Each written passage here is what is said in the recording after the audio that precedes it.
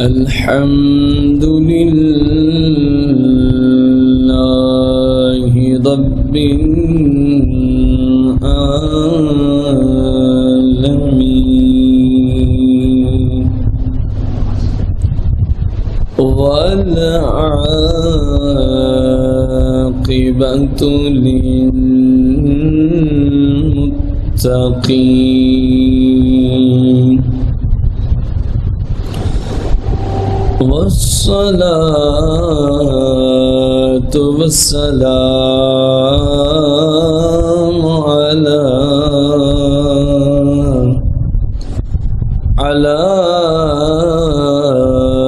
سيد الأنبياء والمرسلين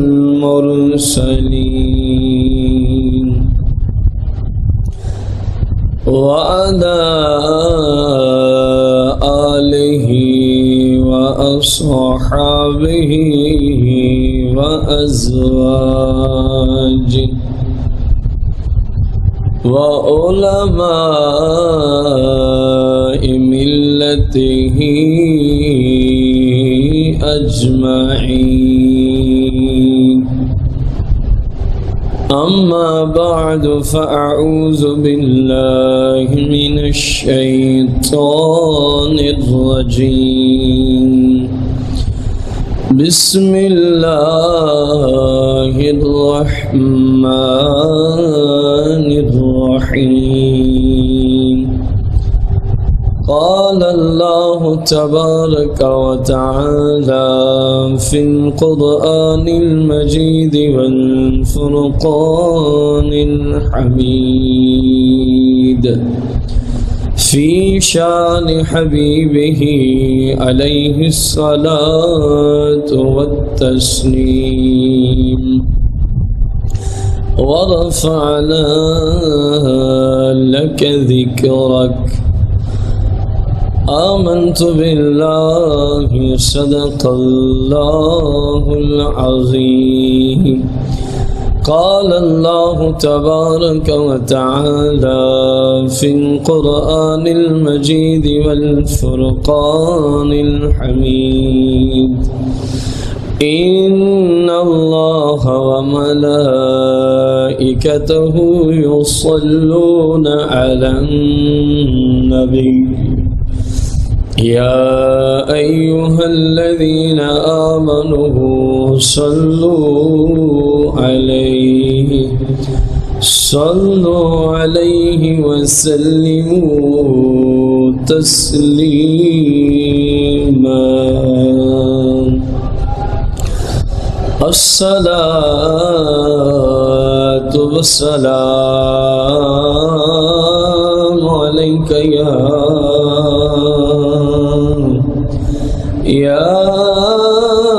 سيدي يا رسول الله الصلاة والسلام عليك يا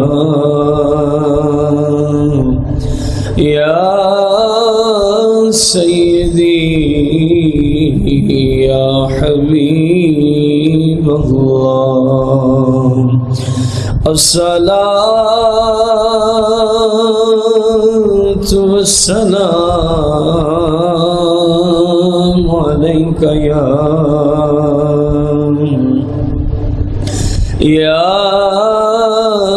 سيدي يا شفيع المذنبين الصلاة والسلام عليك يا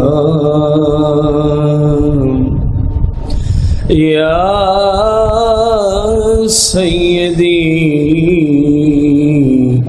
يا أحسن الأنبياء والمرسلين الصلاة والسلام عليك يا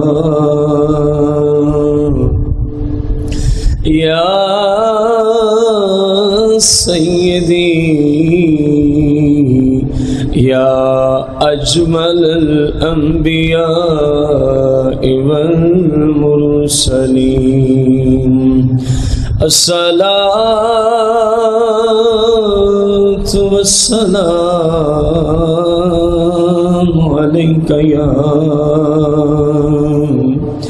يا سيدي يا أكمل الأنبياء والمرسلين الصلاة والسلام عليك يا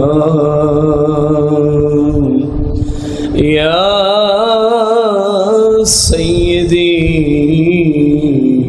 يا أفضل الأنبياء والمرسلين الصلاة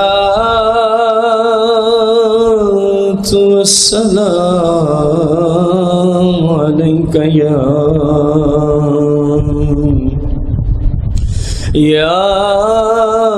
سيدي يا جد الحسن والحسين مولاي صل وسلم دائما أبدا على حبيبك خير الخلق كلهم.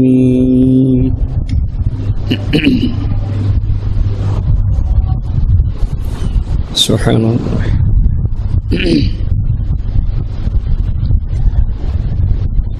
حمد و صلات کے بعد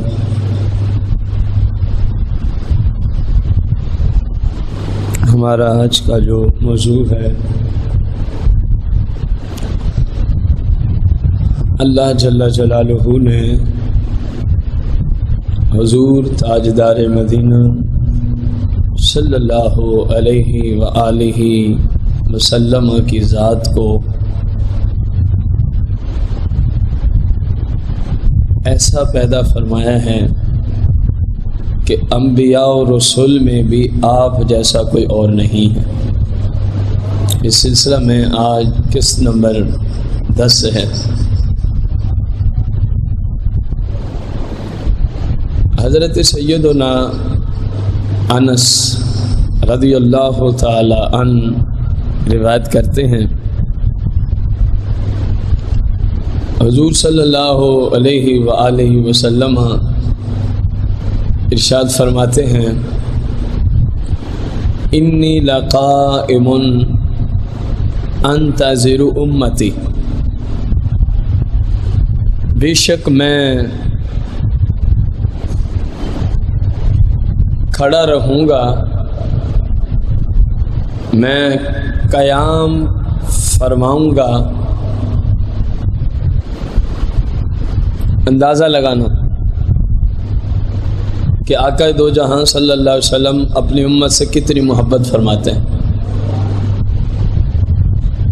انی لقائم، فرمایا میں قیام کی حالت میں رہوں گا. کیوں؟ انتظر امتی، میں اپنے امتیوں کا انتظار کرنے کے لیے کھڑا رہوں، اپنی امت کے منتظر آقا دو جہاں صلی اللہ علیہ وآلہ وسلم. اور پھر پتہ ہے کس دن کی بات؟ جس دن کوئی کسی کا پرسان حال نہیں ہوگا، یہ اس دن کی بات، اور ایسی جگہ اور ایسے مقام کی بات ہے جہاں بڑے بڑے کٹ کٹ کے جہنم میں گر رہے ہوں. فرمایا انی لقائم انتظر امتی، میں پل صراط کے قریب جا کے اپنی امت کے انتظار میں کھڑا ہو جاؤں گا. کس مقصد کے لیے؟ کہ میرے امتی پل صراط کو عبور کر جائیں. کہیں کوئی اونچ نیچ بننے لگے گی تو میں ادھر ہی رہوں گا نا. تو پھر میں اس کو گزار دوں گا پل صراط سے۔ فرمایا یہی حالت ہوگی، امت گزر رہی ہوگی، میں وہیں تشریف فرما ہوں۔ اذ جاء عیسیٰ علیہ الصلاۃ والسلام، مجھے تلاش کرتے کرتے جناب عیسیٰ علیہ السلام وہیں آ پہنچیں گے جس جگہ میں اپنی امت کو پل صراط عبور کروا رہا ہوں۔ وہاں میری بارگاہ میں کون آئیں گے؟ سیدنا و سندنا عیسیٰ علیہ الصلاۃ والتسلیم۔ فقال هذه الانبیاء، آ کر عرض کریں گے یا رسول اللہ صلی اللہ علیہ وسلم، هذه الانبیاء قد جاءتک، یہ آپ دیکھیں انبیاء کا گروہ آپ کی بارگاہ میں تشریف لے آیا ہے۔ یا رسول اللہ صلی اللہ علیہ وسلم، یہ انبیاء آپ کی بارگاہ میں تشریف لے آئے ہیں، اور کہنا کیا چاہتے ہیں؟ یا محمد صلی اللہ علیہ وآلہ وسلم یسألون او قال یجتمعون الیک یدعو اللہ ان یفرق بین جمع الامم، یہ التماس کرنے آئے ہیں، یہ اپیل کرنے آئے ہوئے ہیں۔ کون؟ جن کو حدیث سمجھ آئیے، کون تشریف لائے ہوئے ہیں؟ اپنے آقا مولا کا مقام دیکھیں، اور پھر آقا علیہ السلام کے توسل سے اس امت کی شان دیکھیں۔ آپ امت کے لیے کھڑے ہیں کہ امت پل صراط سے گزر جائے، آپ امت کے لیے کھڑے ہیں، اور انبیاء آپ کی بارگاہ میں آئے ہوئے ہیں۔ آپ اندازہ لگائیں، اور آ کے وہ اپیل کریں گے، التماس کریں گے، عرض کریں گے، کیا پیغام لے کر آئے ہیں، کیا کروانا چاہتے ہیں؟ کہ یا رسول اللہ صلی اللہ علیہ وسلم اپنے رب سے دعا کیجئے، اپنے رب سے دعا کیجئے، جس حالت میں ہماری امتیں موجود ہیں محشر کے دن کی بات، جس حالت میں، جس شدید ترین پریشانی کے عالم میں الامم، امتیں کھڑی ہیں، اپنے رب سے اتنی دعا کر دیں کم از کم ان کو یہاں سے کسی اور طرف بھیج دے، خواہ جس طرح مرضی بھیج دے، معاشر کی سختی سے کہیں نجات مل جائے۔ جتنا مرضی معاشر کا دن سخت ہو، جہنم سے زیادہ سخت نہیں ہے، یہ ذہن میں رکھیں۔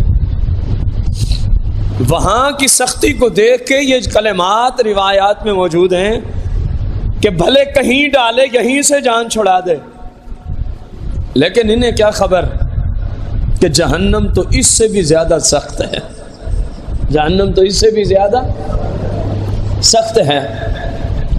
حضور آپ دیکھیں تو صحیح حالت کیا ہے، فالخلق ملجمون فی العرق، آپ دیکھیں یا رسول اللہ صلی اللہ علیہ وسلم، لوگ پسینے میں ڈبکیاں کھا رہے ہیں، پسینے میں کیا کھا رہے ہیں؟ ڈبکیاں کھا رہے ہیں۔ جو پرہیزگار متقی ہیں ان کو تو کچھ بھی نہیں ہے، لیکن جو گستاخ ہیں، منافق ہیں، کفار ہیں، بے ایمان قسم کے لوگ ہیں، جنہوں نے دنیا میں اللہ عز و جل اور اس کے رسول صلی اللہ علیہ وسلم کی بات کو مانا، اپنی مرضیاں کرتے رہے ہیں، دیکھو تو صحیح ان کی حالت کیا ہے یا رسول اللہ صلی اللہ علیہ وسلم۔ وہ تو بس ایسے ہی ہے، نہ مرتے ہیں نہ زندہ ہیں، نہ مرتے ہیں نہ، کیونکہ موت تو آنی نہیں، موت تو ایک دفعہ ہی ہے، جب اٹھائے جائیں گے پھر موت کوئی نہیں۔ حضور اقدس صلی اللہ علیہ وآلہ وسلم ارشاد فرمائیں گے، قال یا عیسیٰ، اے پیارے عیسیٰ علیہ السلام، انتظر، آپ انتظار فرمائیے، حتی ارجع الیک، یہاں تک کہ میں تمہاری طرف آتا ہوں، میں کچھ دیر بعد آتا ہوں، جب تک میں نہیں آتا آپ لوگ انتظار کریں۔ کون انتظار کریں؟ انبیاء و رسول۔ انبیاء، اے نبیو، اے مرسلین کی جماعت، تم انتظار کرو میرا، میں آتا ہوں کچھ ہی دیر کے بعد، میں آتا ہوں کچھ ہی۔ فذهب نبی اللہ صلی اللہ علیہ وسلم فقام تحت العرش، تو سرکار صلی اللہ علیہ وسلم عرش اعظم کی طرف تشریف لے جائیں گے۔ فقام، آپ تشریف فرما ہوں گے، تحت العرش، عرش کے نیچے آپ تشریف فرما ہوں گے۔ اب یہ ہے وہ کلمہ جو ہمارے موضوع سے تعلق رکھتا ہے، فلاقیہ ما لم یلق ملک مصطفیٰ ولا نبی مرسل۔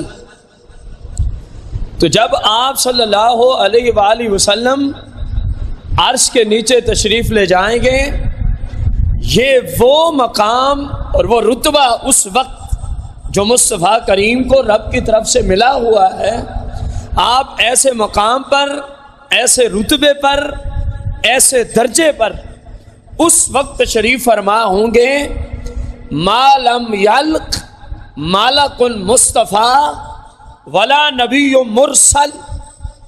ایسا اونچا مقام، ایسی اونچی شان، اتنا اونچا رتبہ اور مقام و درجہ نہ تو رب کے کسی مقرب فرشتے کو ملا، ولا نبی مرسل، نہ رب نے اپنے تمام نبیوں اور رسولوں میں سے کسی کو ایسا رتبہ دیا جو آج اس وقت عیسیٰ علیہ السلام کے عرض کرنے کے بعد مصطفیٰ کریم اپنے رب کے عطا کردہ رتبے، مقام و درجے پر عرش کے نیچے تشریف فرما ہوں گے۔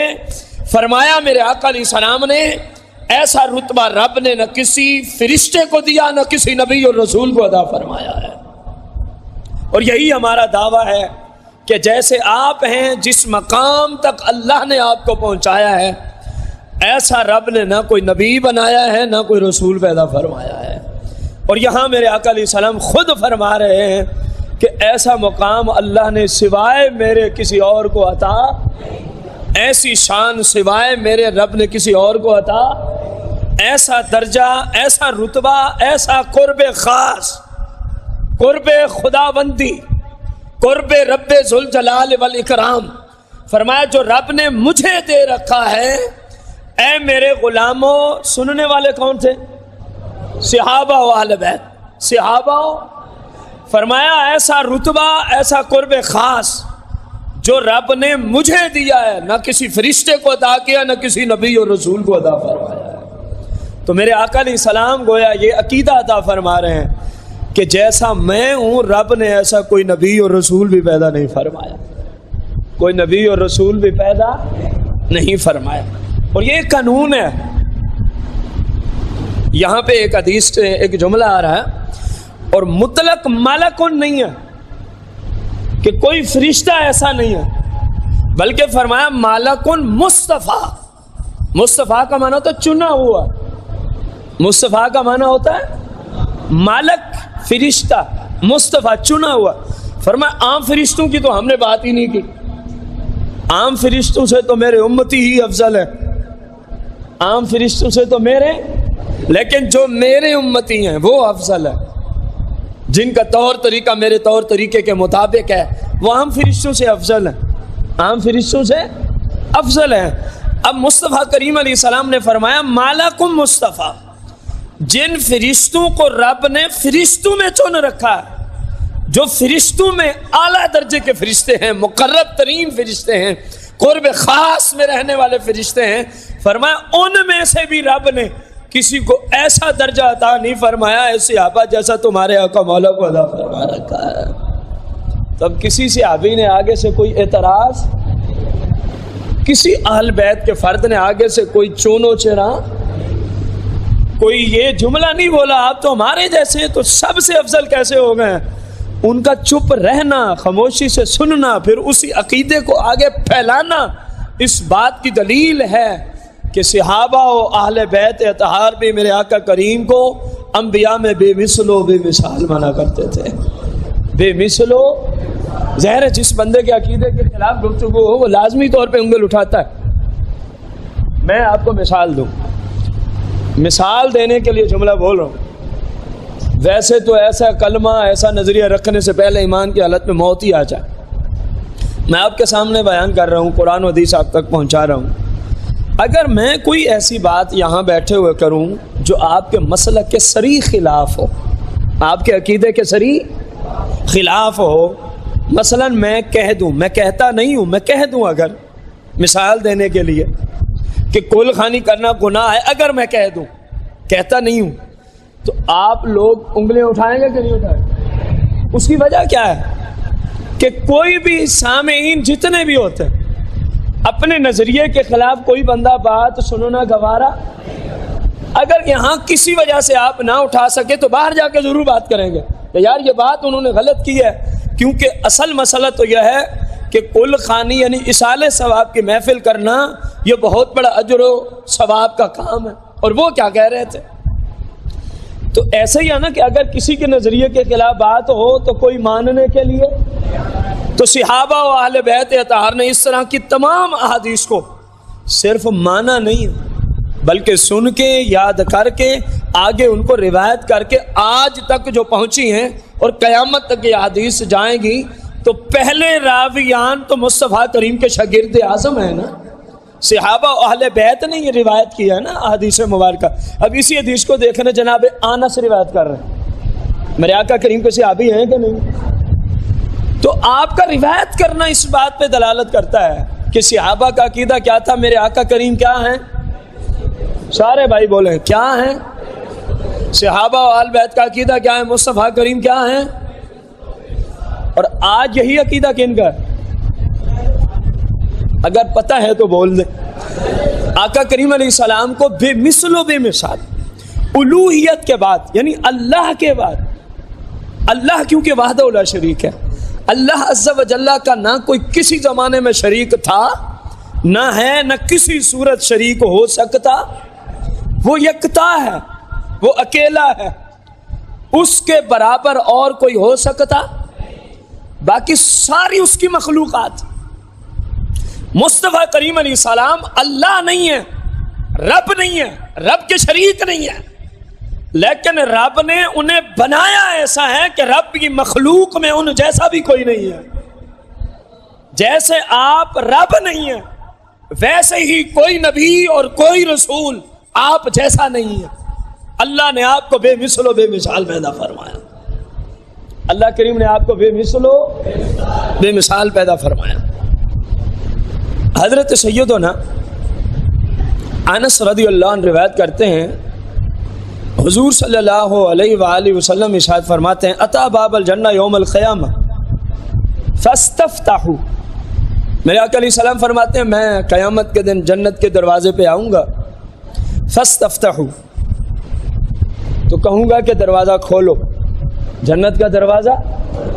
فیقول الخازن، تو جس کی جنت کے دروازے پر ڈیوٹی ہے نا فرشتے کی، فیقول الخازن، وہ کہے گا من انت، آپ کون ہیں؟ سب سے پہلے جنت کا دروازہ کھلانے والے اپنا تعارف تو کرواؤ، آپ کون ہیں؟ اب فرشتہ عرض کر رہے ہیں من انت، آپ کون ہیں؟ جواب ملے گا فاقول محمد صلی اللہ علیہ وسلم. میرے آقا علیہ السلام فرماتے میں جواب دوں گا میں محمد صلی اللہ علیہ وسلم ہوں. فیقول بک امرت، تو اب ممکن ہے نا کسی کے ذہن میں جی پوچھنے کی کیا ضرورت پڑی تھی، یہ ضرورت پڑی تھی، مقام بتانے کے لیے ڈیوٹیاں لگائی گئی ہیں. اب فرشتے سے ہی پوچھ لو کہ کیوں پوچھ رہے ہو، اسی حدیث میں اس کا جواب ہے. میرے آقا مولا صلی اللہ علیہ وسلم کی بارگاہ میں وہ عرض کرتا ہے فَيَقُولُ بِكَ أُمِرْتُ اللہ افتح لأحد من قبلک، یا رسول اللہ صلی اللہ علیہ وسلم ہمیں آرڈر بھی یہی ہے، اللہ کی طرف سے ہمیں حکم بھی یہی ہے، آپ کے سوا کوئی بھی ہے دروازہ نہیں کھلتا، آرڈر یہی ہے، حکم یہی ہے. دیکھیں نا فیقول، وہ جنت کے گیٹ پہ کھڑا ہوا فرشتہ بولے گا، بکا امرت، ہمیں تو آپ کی ذات کے لیے آرڈر ملا ہوا ہے، کس چیز کا؟ اللہ افتح، کہ ہم نہیں کھول سکتے، لأحدن، لأحد نکرہ، کسی کے لیے بھی، خواہ کوئی نبی آ جائے، کوئی رسول آ جائے، کوئی فرشتہ آ جائے، رب کا آرڈر ہے جنت کا گیٹ نہیں کھلے گا، کب تک؟ من قبل کا، جب تک آپ کے قدم نہیں لگتے کسی کے لیے جنت کے دروازے نہیں کھلتے۔ یا رسول اللہ، ہمیں تو آرڈر یہی دیا گیا ہے، ہمیں تو آرڈر ہی۔ اور اگلی بات جو اس نے کی ہے، کیا ہی بات ہے؟ لا افتح لأحد قبلک ولا اقوم لأحد بعدک۔ یا رسول اللہ صلی اللہ علیہ وسلم، یہ بھی اللہ نے ہمیں حکم دے رکھا ہے، جیسے آپ کے بغیر کسی کے لیے جنت کا دروازہ کھل نہیں سکتا، گویا جنت کا دروازہ کھلنا اس بات کا محتاج ہے کہ میرے اور آپ سب کے آقا و مولا کے مبارک قدم لگیں گے تو جنت کھلے گی، اگر مصطفیٰ کے قدم نہیں لگتے تو جنت کھلتی ہی نہیں ہے۔ ذرا دیکھ تو صحیح، جس جنت کے لیے اولین و آخرین کوشش میں ہے کہ اللہ راضی ہو جائے ہمیں جنت میں جانے دے، اللہ راضی ہو جائے ہمیں جنت میں جانے دے، جس کے لیے لوگوں نے اپنی جانیں قربان کی، اپنی اولادیں قربان کی، گھر بار چھوڑے، سب کچھ چھوڑا، سب کچھ کیا، کر رہے ہیں، کریں گے۔ دیکھ تو صحیح میرے آقا کتنے اونچے ہیں، جس کے لیے لوگ جانیں قربان کرتے ہیں۔ رب فرماتے ہیں محبوب جب تک تیرے قدم نہیں لگتے وہ کھل ہی نہیں سکتی۔ تو جن کے قدموں کی یہ شان ہے، جن کے مبارک طیب طاہر قدمین شریفین کا یہ درجہ اور مقام ہے کہ جس جنت کے داخلے کے لیے لوگوں نے پتہ نہیں کیا کچھ قربان کرایا، آپ کے سامنے ہے محبوب، وہ جنت تو صرف آپ کے قدموں کے منتظر رہتی ہے، کب میرے محبوب کے مبارک قدم یہاں لگتے ہیں، آپ کے قدموں کا صدقہ جنت کا گیٹ کھول دیا جائے گا۔ اگر مصطفیٰ نہیں جاتے تو جنت کھلتی ہی نہیں۔ اب لے کوئی ہے اس پائے کا جن کے قدموں کی بدولت جنت کے دروازے کھلے؟ میں نہیں کہہ رہا، فرشتہ عرض کر رہا ہے۔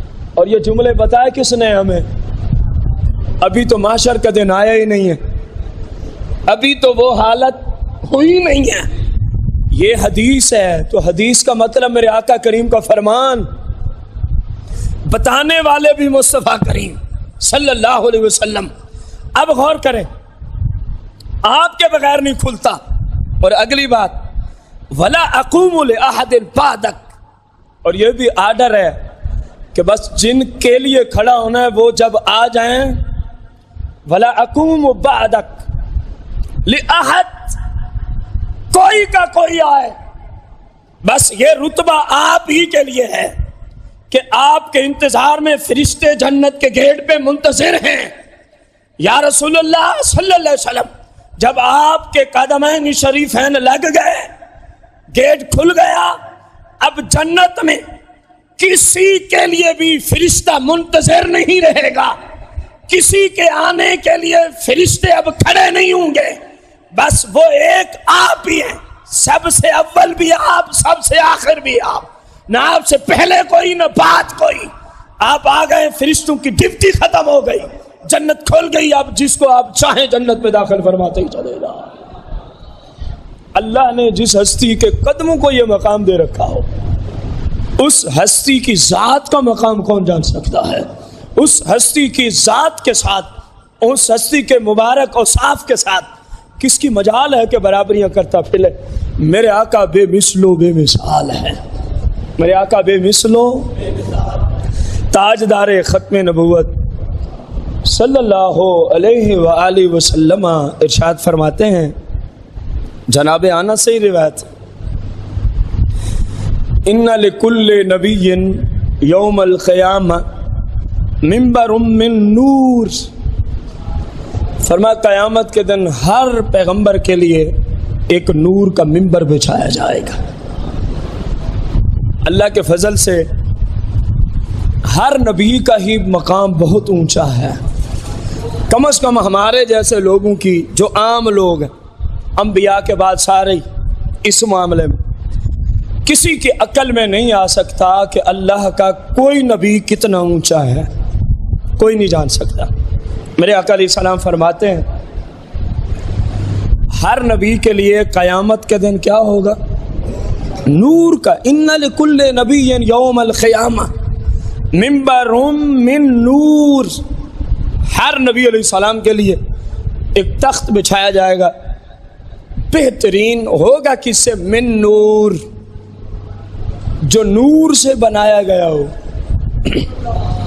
دنیا میں کسی بادشاہ کے پاس ایسا تخت کوئی ہے جس کو بنایا ہی نور سے گیا ہو؟ ناممکن ہے۔ سوچا تو جا سکتا ہے، بنایا نہیں جا سکتا دنیا میں۔ ابھی جنت کی طرف نہیں گئے انبیاء، محشر کے دن کی بات ہے، تو ان نفوس قدسیہ کے مقام کا درجہ کون کرے؟ کون ادراک کر سکتا ہے جو محشر کے دن اللہ کی طرف سے نور کے منبر پہ تشریف فرما ہوں گے؟ تمام انبیاء علیہ السلام۔ میرے آقا علیہ السلام فرماتے ہیں میرے لیے بھی ایک نور کا منبر آئے گا۔ فرق کیا ہوگا؟ تمام انبیاء علیہ السلام کا نور کا جو منبر ہوگا، ہر نبی کا منبر یوں بالکل برابر ہے، یوں برابر ہے۔ آدم علیہ السلام ہے، نوح علیہ السلام ہے، شیش علیہ السلام ہے، ادریس علیہ السلام ہے، یونس علیہ السلام ہے، ابراہیم علیہ السلام ہے، یعقوب علیہ السلام ہے، اسحاق علیہ السلام ہے، یعقوب علیہ السلام ہے، یوسف علیہ السلام ہے، اعلیٰ حضرت قیاس عیسیٰ علیہ السلام ہے۔ ہر نبی کے پاس نور کا تخت اور منبر ہے، لیکن ان کی حیات کیسے ہوگی؟ بالکل برابر، بالکل سیم، کوئی اونچ نیچ نہیں ہے، تمام کے تخت نورانی برابر ہیں۔ ہاں اگر آج کوئی اونچا ہے تو وہی ہے جو پہلے سے ہی اونچا ہے۔ میرے آقا دو جہاں صلی اللہ علیہ وسلم فرماتے ہیں میرا جو منبر ہوگا وہ نور کا بھی ہوگا، اور میرا منبر تمام نبیوں کے منبروں سے بلند و بالا ہوگا۔ دور سے پتہ چلے گا کہ تاجدار مدینہ وہاں تشریف فرما، امتیاز کیا جائے گا۔ باقی سارے نبیوں کا بڑی شان، بڑا مقام اور رتبہ ہے، سب کے منبر برابر ہیں۔ میرے آقا علیہ السلام فرماتے ہیں میرا رب میرے منبر کو تمام نبیوں کے منبروں سے اونچا رکھے گا، کیونکہ ہیں جو سب سے اونچے، ہیں جو سب سے اعلیٰ و افضل و اجمل و اکرم، ہیں جو سب سے اعلیٰ۔ آپ جیسا کوئی ہے جو، حتیٰ کہ ینادی اعلان ہوگا، کس دن کی بات ہے؟ قیامت کے دن کیا ہوگا؟ این النبی الامی، نبی امی کہاں ہے؟ اسلوب دیکھا، ادھر منبر سب سے اونچا تاکہ ہر ایک کو پتہ چلے یہاں تاجدار مدینہ، ادھر فرشتے سے اعلان کروایا جا رہا ہے این النبی الامی، نبی امی کہاں تشریف فرما؟ قال فیقول الانبیاء کلنا نبی امی، ہر نبی کہے گا میں بھی نبی امی ہوں۔ تو کس نبی کی بات کرتا ہے؟ میرے آقا علیہ السلام فرماتے ہیں قالا، ہم تو اس نبی کی بات کرتے ہیں۔ دوبارہ اعلان ہوگا فیقول این النبی الامی العربی، میں اس کی بات کر رہا ہوں جو مکہ اور مدینے کا والی ہے، عربی نبی امی کہاں تشریف فرمایا؟ قال، میرے آقا کریم صلی اللہ علیہ وآلہ وسلم ارشاد فرماتے ہیں فینزل محمد صلی اللہ علیہ وسلم، تو آقا دو جہاں صلی اللہ علیہ وآلہ وسلم اپنے منبر سے اس وقت نیچے تشریف لائیں گے، حتی یأتی باب الجنہ، یہاں تک کہ آقا دو جہاں صلی اللہ علیہ وسلم کہاں تشریف لے جائیں گے؟ جنت کے دروازے پر، مین دروازے پر، جس کے بغیر اور جنت کی طرف کوئی داخلہ۔ حضور صلی اللہ علیہ وسلم فرماتے ہیں دروازہ کھل گیا، ہمیں عرض کی جائے گی فرشتوں کی طرف سے اندر تشریف لائیے، میں اندر چلوں گا۔ تو اب جیسے ہی میں جنت کے اندر جاؤں گا تو اس وقت میرا رب میرے لیے، اللہ کے محبوب علیہ السلام فرماتے ہیں میرا رب میرے لیے ایک خاص نور کی تجلی فرمائے گا، ایک خاص نور کی تجلی فرمائے گا، اور یہ جو نور کی تجلی کا جو شرف ہے، میرے آقا علیہ السلام فرماتے ہیں یہ صرف میری ذات کے لیے ہے، میرے سوا رب یہ نور کی تجلی کسی نبی اور رسول کو عطا نہیں فرمائے گا، یہ صرف میرے لیے ہے، یہ صرف بس میرا رب جیسے نور کی تجلی میرے اوپر ڈالے گا تو ساجدہ، میرے آقا فرماتے ہیں میں اپنے رب کو سجدہ کرنے کی غرض سے سجدے کی حالت میں چلا جاؤں گا۔ اب یہاں پر آقا علیہ السلام فرما رہے ہیں کہ جو تجلی رب مجھے بلا کے میری طرف ڈالے گا وہ میرے سوا کسی اور کو عطا نہیں فرمائے گا۔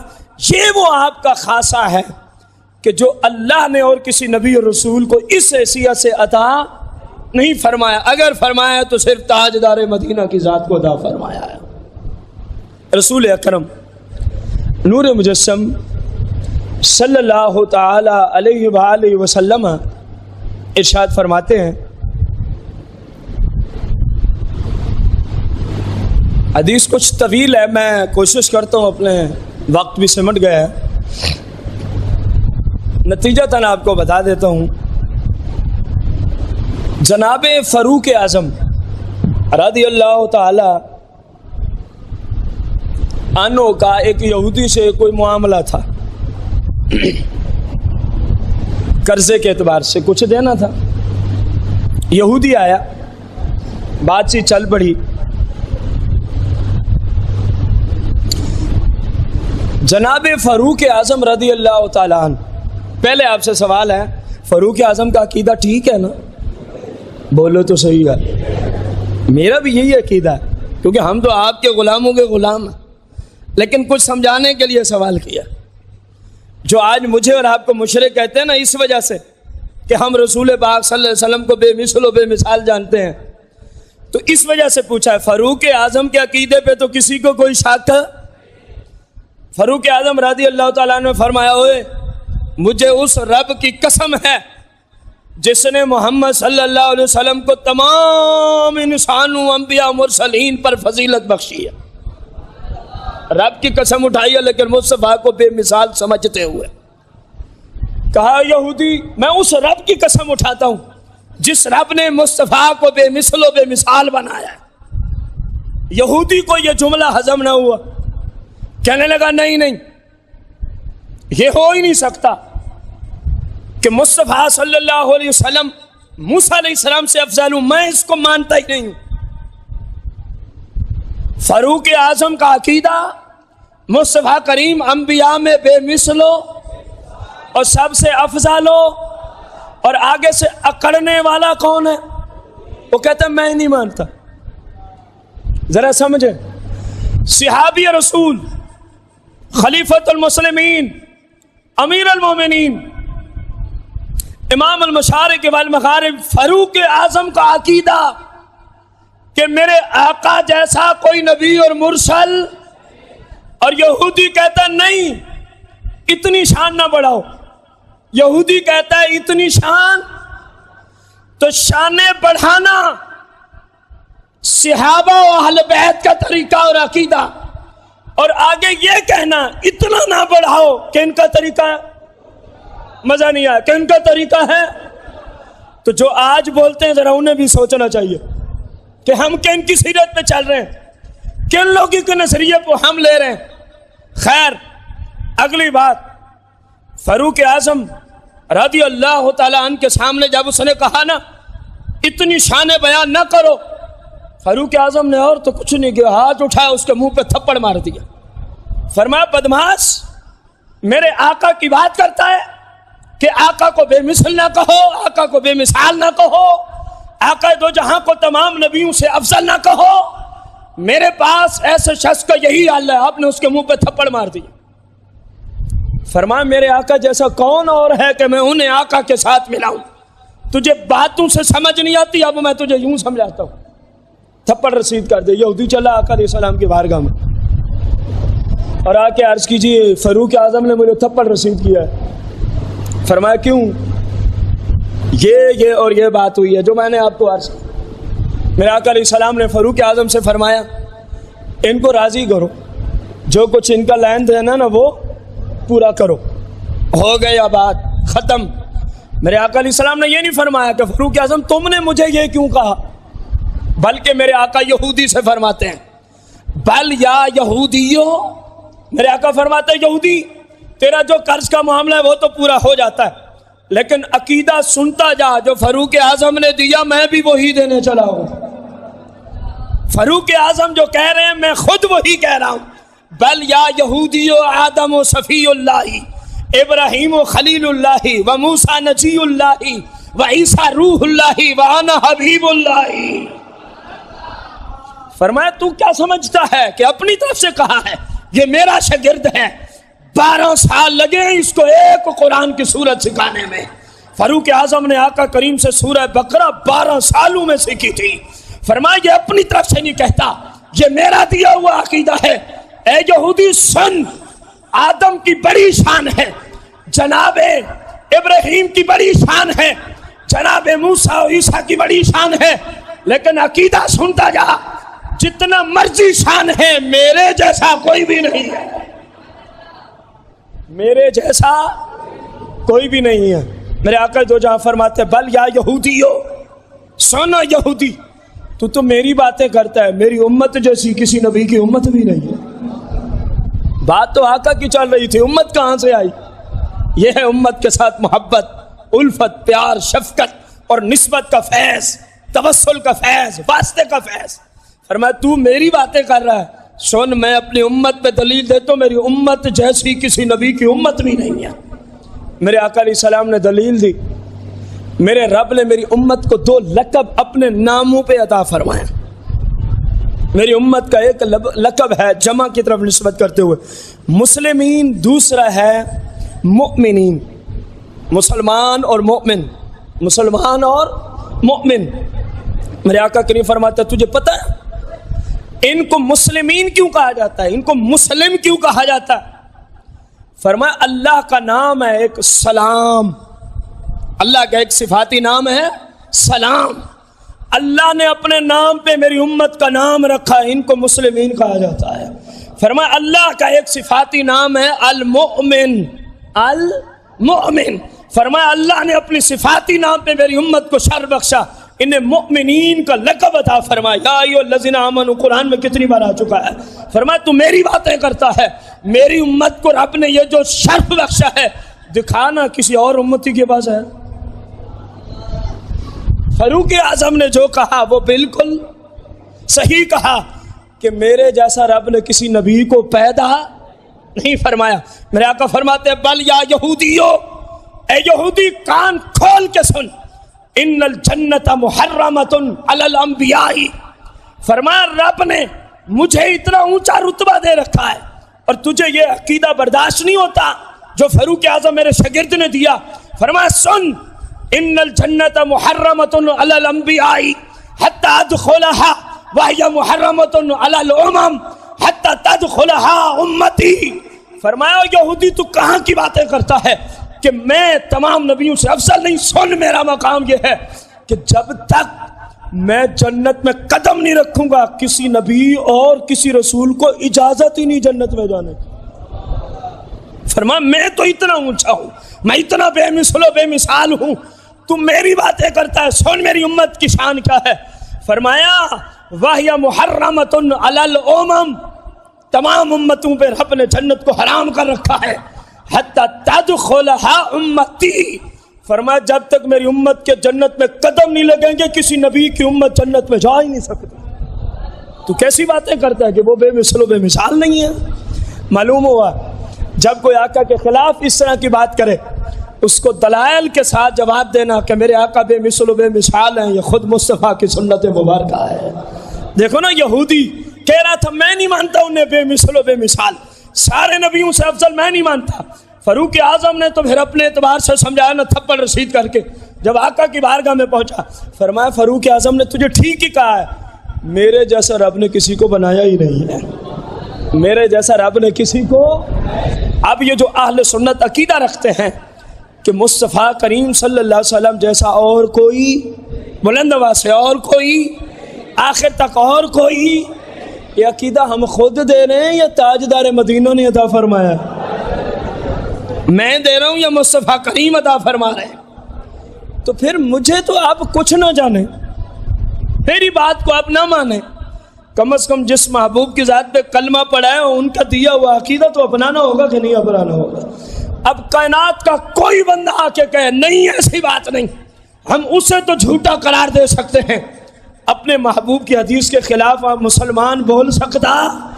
میرے آقا نے فرمایا میرے جیسا, بلند آواز سے میرے جیسا, میرے جیسا, میرے جیسا.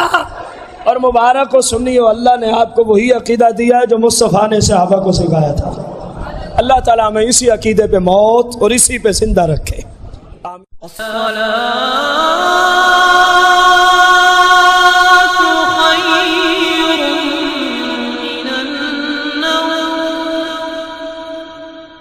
الصلاة